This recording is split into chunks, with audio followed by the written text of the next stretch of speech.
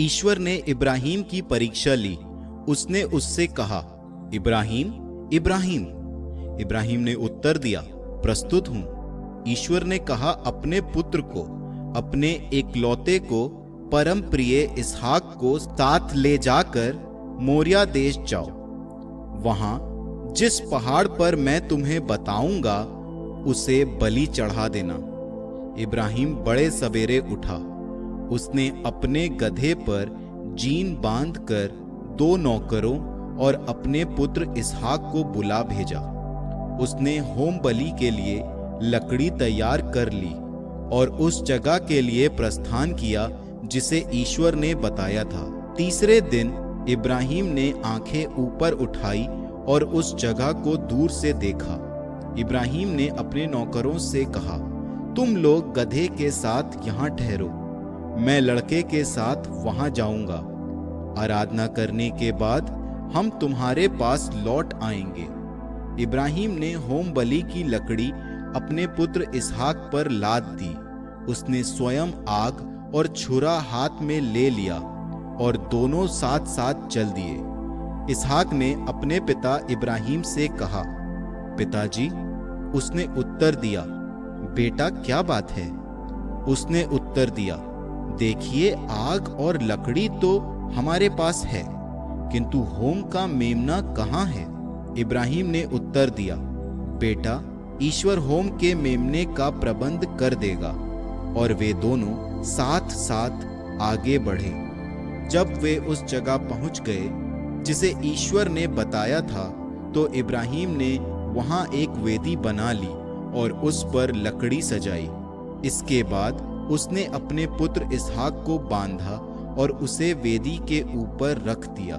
तब इब्राहिम ने अपने पुत्र को बलि चढ़ाने के लिए हाथ बढ़ाकर छुरा उठा लिया, किंतु प्रभु का दूत स्वर्ग से उसे पुकार कर बोला, इब्राहिम, इब्राहिम। उसने उत्तर दिया, प्रस्तुत हूं। दूत ने कहा, बालक पर हाथ नहीं उठाना, उसे कोई हानि नहीं पहुंचाना। अब मैं जान गया कि तुम ईश्वर पर श्रद्धा रखते हो। तुमने मुझे अपने पुत्र, अपने इकलौते पुत्र को भी देने से इनकार नहीं किया।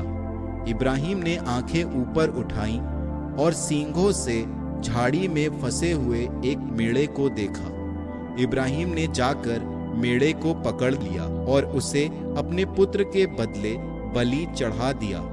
इब्राहिम ने उस जगह का नाम प्रभु का प्रबंध रखा।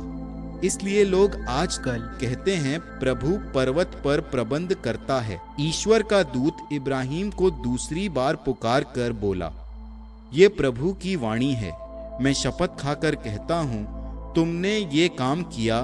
तुमने मुझे अपने पुत्र, अपने इकलौते पुत्र को भी देने से इनकार नहीं किया। इसलिए मैं तुम पर आशीष बरसाता रहूंगा।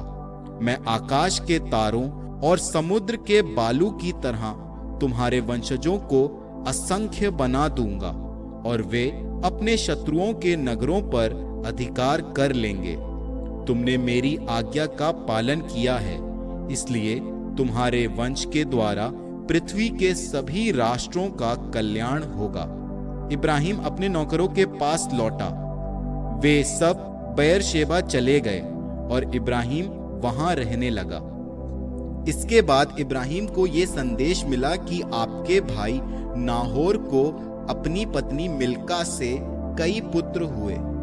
उनके नाम इस प्रकार हैं, पहलोठा ऊस, इसका भाई बूज, अराम का पिता कमुएल, केसेद, हजो, पिलदाश, यदलाफ और बतुएल।